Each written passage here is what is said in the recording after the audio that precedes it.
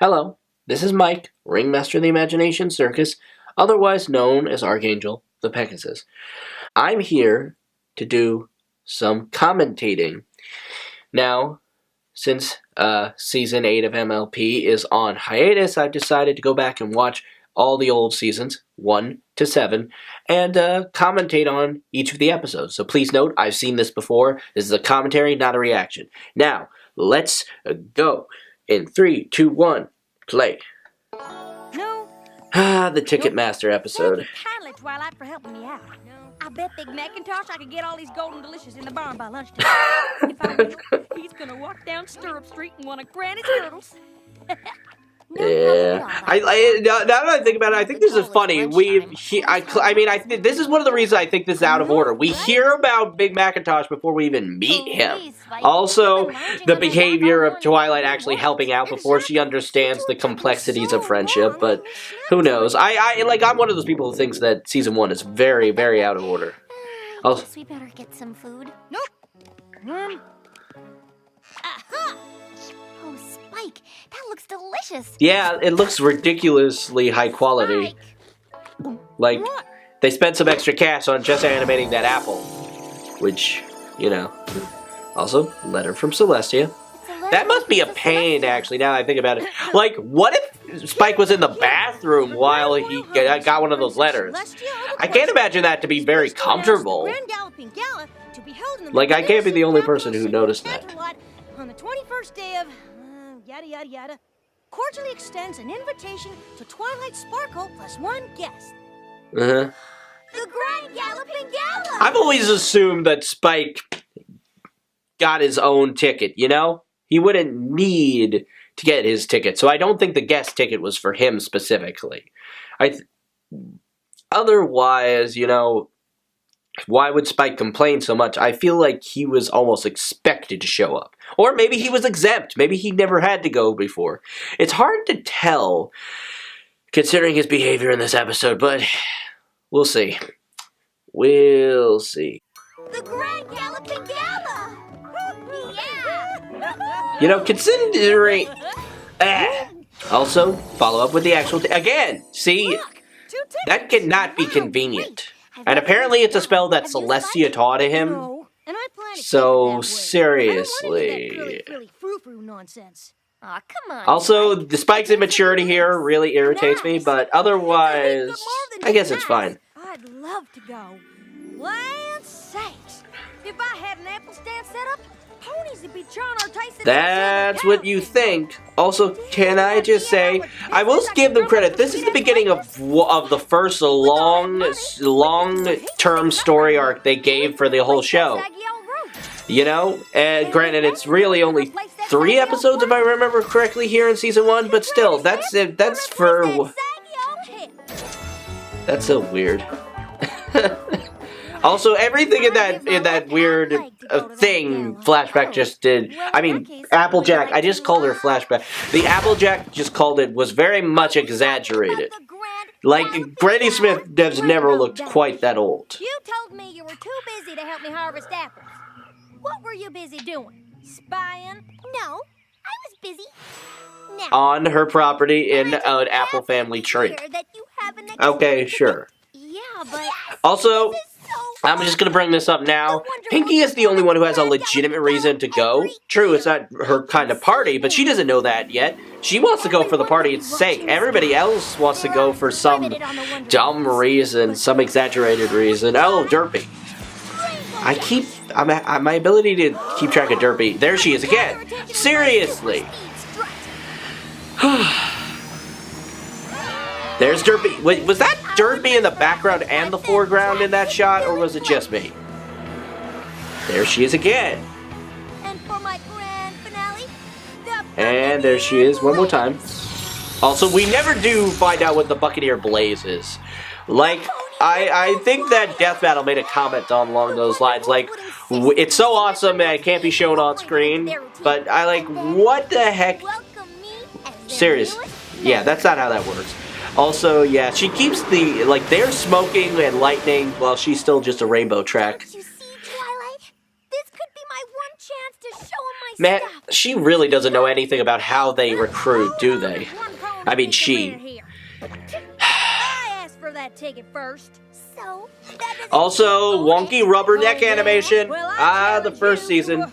They, looking back on it, they really were way more cartoonish. I think Dr. Wolf made a video where he said how slapstick had been kind of phased out. Well, so has, they've become a lot more solid, the characters. With the exception of Pinky, of course, but it's Pinky. A chance to audition for the Wonderbolts? Money to fix Granny's hip. Living the dream! Oh my, those were all pretty good reasons, aren't they? If you say so. Listen to that. I am starving. I don't know about you, but I can't make important decisions on an empty stomach. So I'll think about it over lunch and get back to you. Okay? Okay. To be fair, if I was put in this situation, I'd be on Twilight, so I would not be able to make a decision. So who are you gonna give the ticket to, Twilight? I don't know, Spike, but I really can't think straight when I'm hungry. So where should we eat? And this is actually, seeing this raises a good question. She rushed out of to Sugar Cube Corner, and maybe it was just her ability to pierce past the horse wall, but she's excited for the tickets now, but what was she rushing out the door for? Was it just to see Twilight and Spike? I wouldn't put it past her. I've always wanted to go! Oh, the Grand Galloping Gala is the best. This is about on par with the last song. I'm not really a fan of this either. Again, it's Pinky singing. It is interesting to consider that, isn't it? Pinky was the first one they considered letting sing. Pinwheels and pinatas and pincushions with goodies like sugar cubes and sugar canes and sundaes and sunbeams and sarsaparilla. And I get to play my favoriteest of favorite fantabulous games like Pin the Tail on the Pony. Oh, the Grand Galloping Gala is the best place for me. Oh, the Grand Galloping Gala is the best place for me. Cause it's the most galloping, superly terrific gala ever in the whole galaxy. To be fair, I like the lyrics slightly more, but I really don't like the beat. Again, Pinky's voice, as usual, is good for me, but still. Actually... Are these what I think they are? Yes! And of course she comes up while it's Spike holding the ticket. Gala. I design ensembles for the gala every year. Which is interesting considering that your boutique, your one boutique at this point, is in a very small town. So the fact that you have enough reputation that anybody comes here to get a dress for the gala from you speaks to your ability, Rarity. I think. I would stroll through the gala, and everyone would wonder, who is that mysterious? You know what?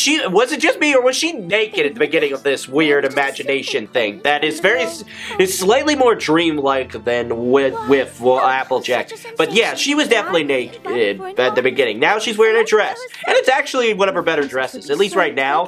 The showrunners also Blue Blood.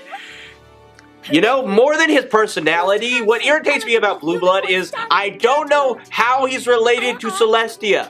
And I might make a video about how, but I want to know, how is he related to Celestia? It drives me mad. They call him nephew, but he's a unicorn, which is, considering what is likely alicorn biology, very strange. Also, as a wedding dress go, I actually like that design. I cannot believe you would invite Pinkie Pie so she can party and prevent me from meeting my true Okay, love. Rarity, I like you, Could you? but I'm a little biased towards Pinky. But even outside of that, it is a party. Granted, it's not generally Pinky's kind of party, but it is a party. That's the whole point. Also, really, does anybody else think that was creepy? Fluttershy's experience here was creepy. Also, nice expressions. Twin expressions right there. Nice. Also, Angel Bunny. True, he hasn't quite shown any jerkish tendencies yet, but it's still, it's Angel Bunny. No. I mean, yes, or actually... See, this is what I like about Angel. Yes, he can be a jerk, but he's encouraging Fluttershy here, and that's what I like about him. Honestly, you have to do a lot to get on my nerves, and neither Angel nor even, say, Diamond Tiara and Silver Spoon got on my nerves, so we haven't been introduced to, like, those two yet either. All be in bloom. And that's just the flora. You know, I can't tell if Fluttershy's Daydream is the most naive. It's somewhere between Rarity and Fluttershy. I feel like it's gotta be, like, because I feel like everybody else is slightly less naive, but Applejack's is still slightly naive because, you know, the party's gonna be catered, so there's food going to be there already, so nobody's gonna spend money to get what she's selling. I mean, yes. I mean, maybe. And in Rainbow Dash's case, she's at least trying to network, which is not an easy thing to do, trust me, I know, so I'll give her credit for that. Applejack, were you following me too? No, I was following this one. Well, she was honest about it. Any funny business. Still trying to take my ticket. Your ticket? To be fair, she never promised you the ticket, Applejack, at least not to my knowledge. And I'm watching the episode right now, so I'd like to think that I at least would have noticed that, you know? I mean, come on. I think I would have noticed it. I mean, like, what is up with that? Like, genuinely, what is up with that? Like, I'm genuinely, none of their reasons, with the exception of maybe Pinkie, and Applejack you could at least argue. Granted, it's not, I don't think that the Apple family's hard up for cash. They're not supremely wealthy, but they're not exactly dirt poor either. And that was not an intentional pun, it just felt appropriate. But, still, I don't know. They're like, I don't know. But I will, like I said, Rarity and Fluttershy's reasoning seemed the most naive. Rainbow and Applejack and Pinkie, it's debatable, but like I said, I'm a little biased towards Pinkie. And again, she's going for the party's sake. Is it not her type of party? Sure, but still, it's a party, and she's going for that party. I will say that I like the Brady Bunch gag here. It was very brief, but it was definitely a reference to the Brady Bunch.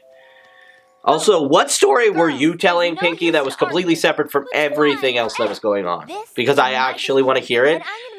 I wouldn't be surprised if there was some fan fiction based on this, or at the very least, if this show had been as big as it is now. I feel like the fandom is more solidified, so like if people had been more intent back then, they would have wrote a story about it. And I wouldn't be surprised if somebody did. Twilight, they're putting pressure on you, undue pressure I might add, and really, it's not you have no obligation to give any of them the ticket, alright? You don't have to. Go to the gala. Applejack or Rainbow Dash? Pinkie Pie or Fluttershy? Rarity? Oh, who should go with me? Have you made your decision? I can't decide! Twilight, he just wants to take your order. Oh, I would love a daffodil and daisy sandwich. Do you have any rubies? No? Okay, I'll have the hay fries. Extra crispy. What do you think, Spike? Well, Spike is clearly slightly pompous, though he is from Canterlot, so he has that excuse. Hurt anybody to offer some gemstones? Dude, you are literally the only citizen of Equestria who is a dragon, dude. The fact that nobody sells gemstones is really not How surprising. do I choose?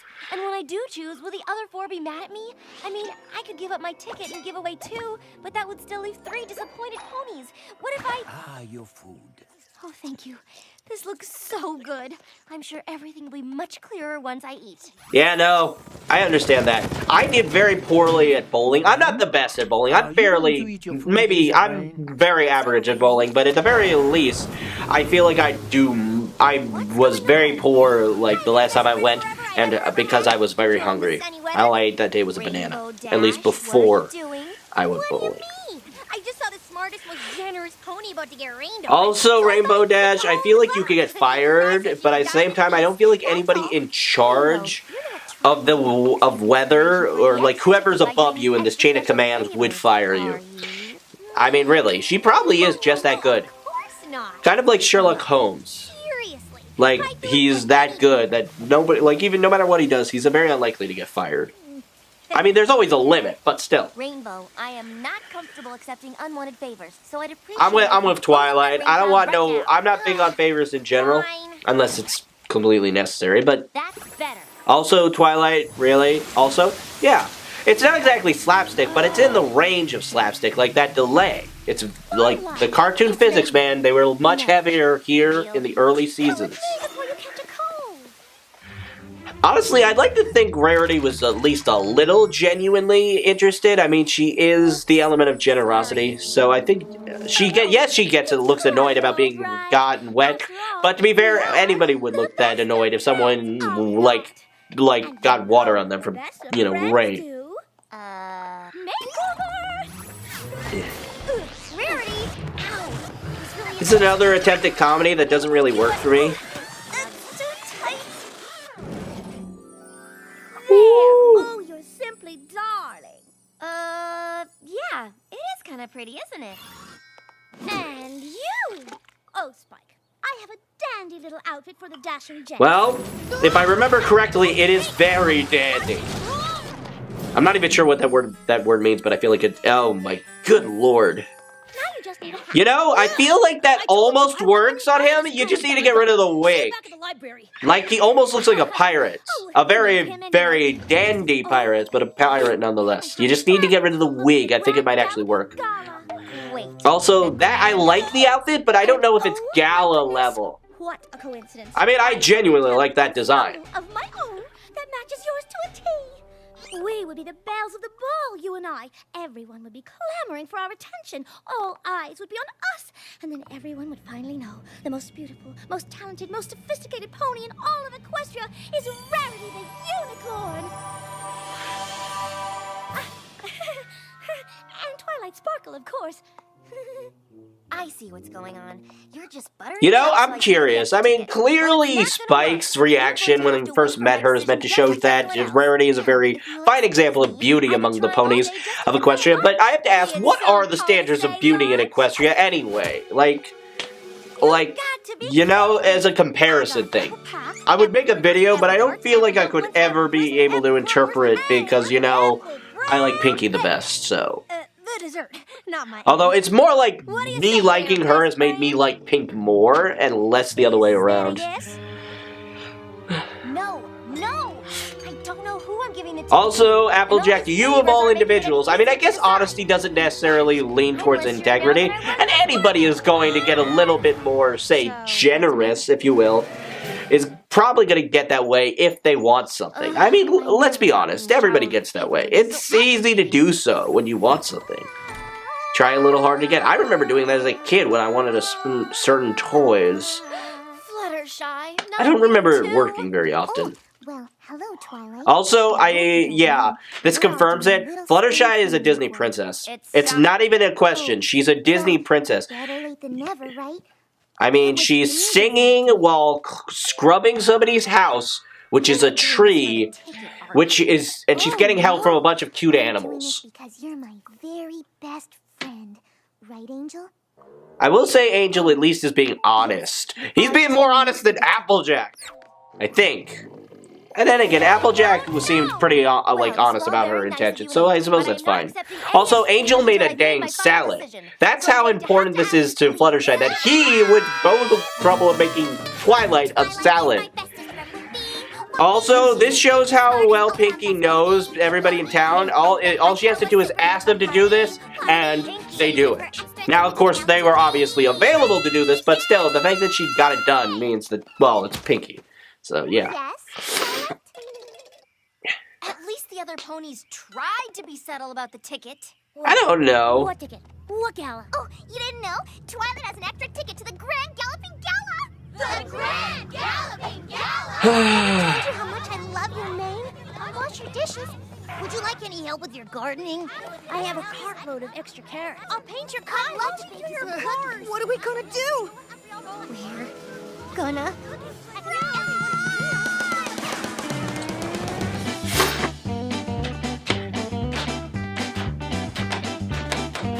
See what I mean? It's a they use Benny Hill music. It's a Benny Hill chase sequence. Very Looney Tunes. Clearly they were way more cartoonish in the beginning of the show's run.